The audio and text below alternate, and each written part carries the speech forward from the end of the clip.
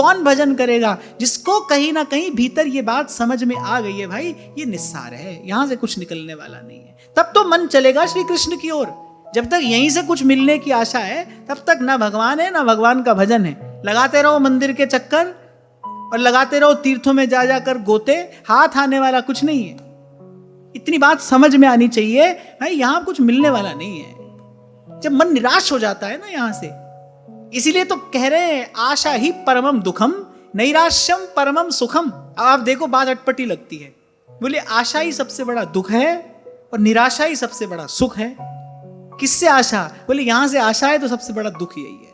आशा ही परमम दुखम नैराश्यम परमम सुखम। बोले जो यहां से निराश हो गया ना, वो परम सुखी है, उसको पता है भाई यहां कुछ मिलने वाला है नहीं। अब चले श्री कृष्ण की ओर। प्रातः स्मरणीय श्री गोपालाचार्य जी महाराज जी सुनाया करते थे, उनकी कथा में ही मैंने श्रवण किया। महात्मा थे, भजनानंदी संत थे, अकेले अपना कुटिया बनाकर भजन करते थे, खूब आनंद होता था। कल भी आपको मैंने कहा था, संकेत किया था, भाई मार्ग तो ये अकेले का ही है, साथ कोई नहीं है, यहां कोई चल नहीं सकता है, साथ से तो झंझट है, तो अकेले का मार्ग है। इसलिए आपसे कह रहा था, एक स्तर तक ठीक है, आप कहो कि हमारा घर हमारा परिवार सब ऐसे हो वैसे हो, हमारे साथ चले, हमारे सहयोगी बने, ठीक है, पर थोड़ा आगे चल पड़े, यदि आप चल पाए तो आप देखोगे इसकी कोई आवश्यकता नहीं है। ना मैं देखूं और को और ना तो है देखन दूं। महात्मा थे, एकांत में रहकर भजन करते थे, खूब आनंद हो रहा था। अब कोई एक साधक पहुंच गया उनके पास, उनकी महिमा सुनी। अब वो भी बड़ा विनम्र था, भावुक था, तो बस किसी ना किसी प्रकार से उसने महात्मा को रिझा लिया, मना लिया कि महाराज मैं आपके पास रहकर अब आपकी सेवा करूंगा, आपका शरीर वृद्ध हो गया है, अब मैं आपकी सेवा करूंगा। अब कोई साथ आया तो भाई थोड़ी खटपट होना बड़ा स्वाभाविक है, बड़ा स्वाभाविक है, ये तो होगा ही। अब एक दिन जाने क्या हुआ, खूब लगा है सेवा में, सुबह से लेकर शाम तक सेवा कर रहा है। अब एक दिन जाने क्या हुआ, बस एक आएग और छोड़ा और चल दिया। बोले अब हम जाएंगे, अब हम नहीं आएंगे। महात्मा ने अपने करताल उठाए और महात्मा ने कहा अब भजसूं गोपाल। बोले पता नहीं हमारी कौन सी वासना थी, पता नहीं पूर्व जन्म का हमारा कौन सा ऐसा संकल्प था, बोले जो बवाल आ गया था हमारे जीवन में, गुरुदेव गुरुदेव करता हमारी सेवा करेगा। बोले अब भजसूं गोपाल। संतों का आचरण बताता है, कुछ भी यहां हुआ आपने अपना माना और अभ्यास के कारण उसमें ममत्व हो ही जाता है, इसमें कोई बहुत बड़ी बात नहीं है, हो जाएगा। इसलिए मैंने कहा यह श्लोक बड़ा महत्वपूर्ण है, विचारणीय है।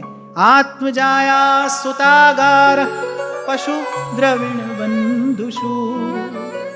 और कौन कौन सी बात गिनाई है यहां? बोले सबसे पहले ममता किसमें होती है? शरीर, अपने शरीर में ममता होती है।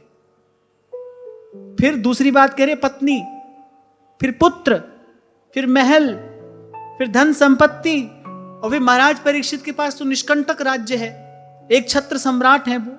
बोले उसमें बने रहने के कारण वो धूल जम गई। आपको एक उदाहरण दिया करता हूं ना मैं कई बार, आप खिड़की खोलोगे घर की तो हवा भी आएगी, पर हवा के साथ साथ धूल भी आएगी। अब भाई धूल ना आए इसलिए ये तो अच्छा नहीं है कि हवा ही नहीं आए, खिड़की नहीं खोलो, आप खिड़की खुली रहने दो, आने दो धूल, लेकिन सुबह शाम उस धूल को झाड़ते रहना चाहिए। वायु से अपने आप को वंचित रखने की आवश्यकता नहीं है। मैं आपको ये नहीं कह रहा हूं कि संसार का स्वरूप ये है अब इससे डर कर घबरा कर कहीं किसी कोने में आंख पर पट्टी डालकर बैठ जाओ, ना ना ना। अरे संतों ने बड़ा सुंदर मार्ग दिया है, उसको समझ लो। इसलिए मैंने कहा आंख से देखते रहो लेकिन समझते रहो साथ में। यहां उत्तम से उत्तम कोई वस्तु भी है तो भी बारू की भीत जैसे वसुधा को राज है। यानी सारी पृथ्वी के राज्य से उत्तम कौन सी वस्तु होगी? बोले वो भी कैसी है? बारू की भीत जैसे, रेत की दीवार है वो। काम अपना ही करते रहो, संसार अपना काम कर रहा है, तुम अपना काम करते रहो, और अपना काम तो एक ही है, राम सिमर राम सिमर।